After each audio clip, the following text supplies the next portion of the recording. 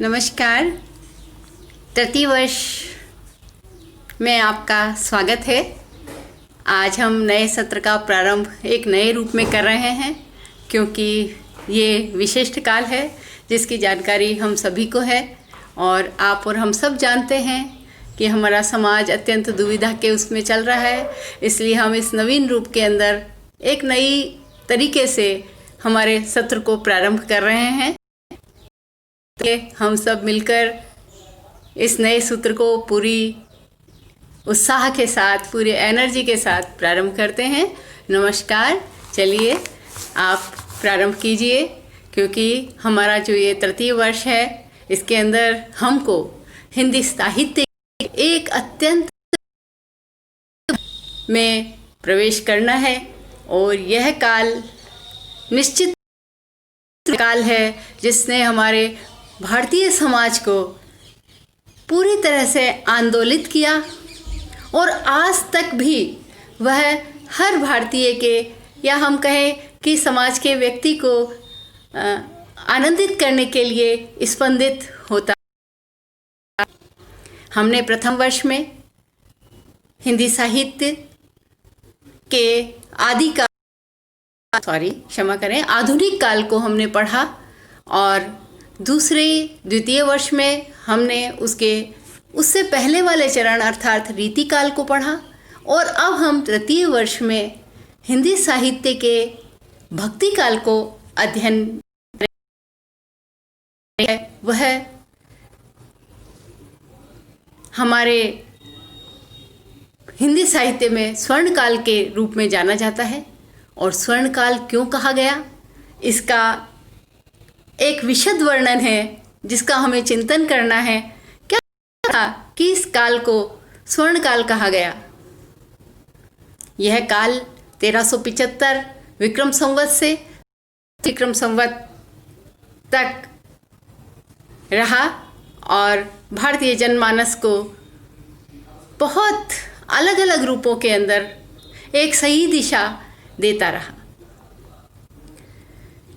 इसकी पृष्ठभूमि को हमें सर्वप्रथम देखना होगा, या हमें यह कहना है कि क्या कारण था कि भक्ति काल की कविता इतने भक्तिमय स्वरूप के अंदर व्यक्त हुई।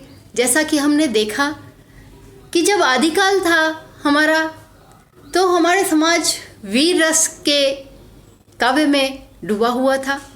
क्यों? क्योंकि हमारे राजा महाराजा अपने अस्तित्व के युद्ध ज़्यादातर किया करते थे और समाज के अंदर युद्धों का वर्णन या एक अपने वर्चस्व के वर्णन होते रहे। इसीलिए वह आदिकाल वीर गाथा काल के रूप में भी जाना गया।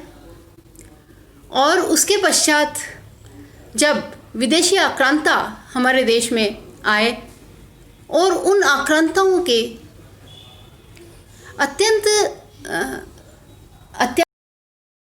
या उस काल की स्थितियां ग्रस्त होकर भारतीय मानस या ईश्वर की उपासना में,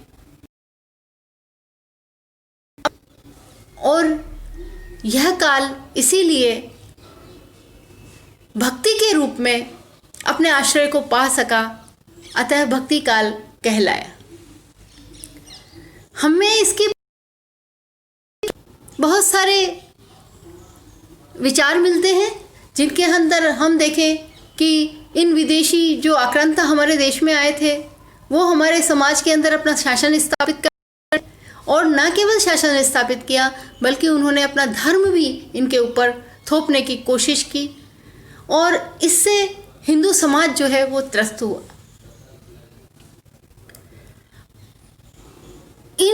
इस त्रस्तता से, इन मुश्किलों से बचने के लिए हमारे समाज ने हमारे पुराने धर्म ग्रंथ, स्मृतियाँ, टीकाओं, उनका सहारा लिया। माध्यम से उन्होंने काव्य रचना की। इस भक्ति काल की काव्य रचना में यदि हम गहराई से देखते हैं तो हमें अनेक धाराएं दिखाई देती है, जिसका वर्णन हमें इसके बाद वाले चरण में करना होगा। जिन धाराओं के अंदर हम देखते हैं कि हिंदी साहित्य जो है वो संत काव्य और भक्ति काव्य, या हम कहें कि संत काव्य के अंदर भी फिर प्रेमार्गी और के साथ तथा सगुण काव्य के साथ हमको दिखाई दिया। तो ये सारी चीजें जो थी वह इस समय हमें काव्य की मुख्य चीज जो थी समाज, तो ये कहा जाता है कि जैसा समाज होता है वैसा ही साहित्य होता है, क्योंकि समाज का दर्पण है। अतः हमें इस काव्य को समझने के लिए सबसे पहले उस काल के समाज की जटिलताओं को समझना होगा। इस समाज में, इस काल में हमारे समाज के अंदर अनेकानेक प्रकार की कुरीतियाँ आ गई थी, जिनके अंदर हम कहें दास प्रथा थी, बहुविवाह था, पर्दा प्रथा थी।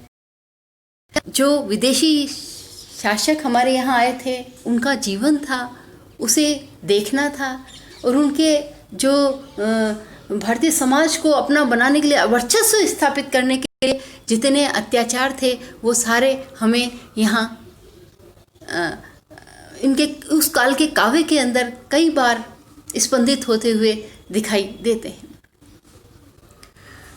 एक और हमारे समाज का एक जो प्रमुख रूप है वो है वर्ण व्यवस्था। इस वर्ण व्यवस्था के कारण भी हमारा समाज कई बार त्रस्त हुआ, और इस काल में सर्वाधिक रूप में त्रस्त हुआ। जो भेद था वो कवियों को त्रस्त करने लगा। लेकिन आप और हम देखें तो जब हमारे कवि हैं, रैदास हैं, या हम स्वयं तुलसीदास या सूरदास को भी देखें, तो उन्होंने अपना स्वयं का जो समाज से त्रस्तता है वो कहीं भी व्यक्त नहीं की है, बल्कि उन्होंने इतनी उच्च मानसिक स्थिति पर काव्य रचना की, दूसरे आने वाले आज 500 तक भी हमारे को शक्ति देता है।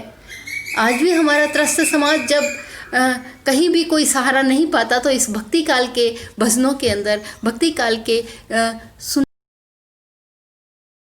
अपनी मन की मानसिक शांति को ढूंढने जाता है। और यदि उस काल की दशा देखें तो समाज की अत्यंत दयनीय दशा थी, स्त्रियों की भी बहुत दयनीय दशा थी, कृषक वर्ग अत्यंत पीड़ित था। दूसरी ओर जब अकबर का शासन आया तो अकबर की जो उदार नीतियाँ थी उससे हिंदू और मुस्लिम दोनों एक दूसरे के बहुत निकट आए, और हिंदू और मुस्लिम दोनों ने ही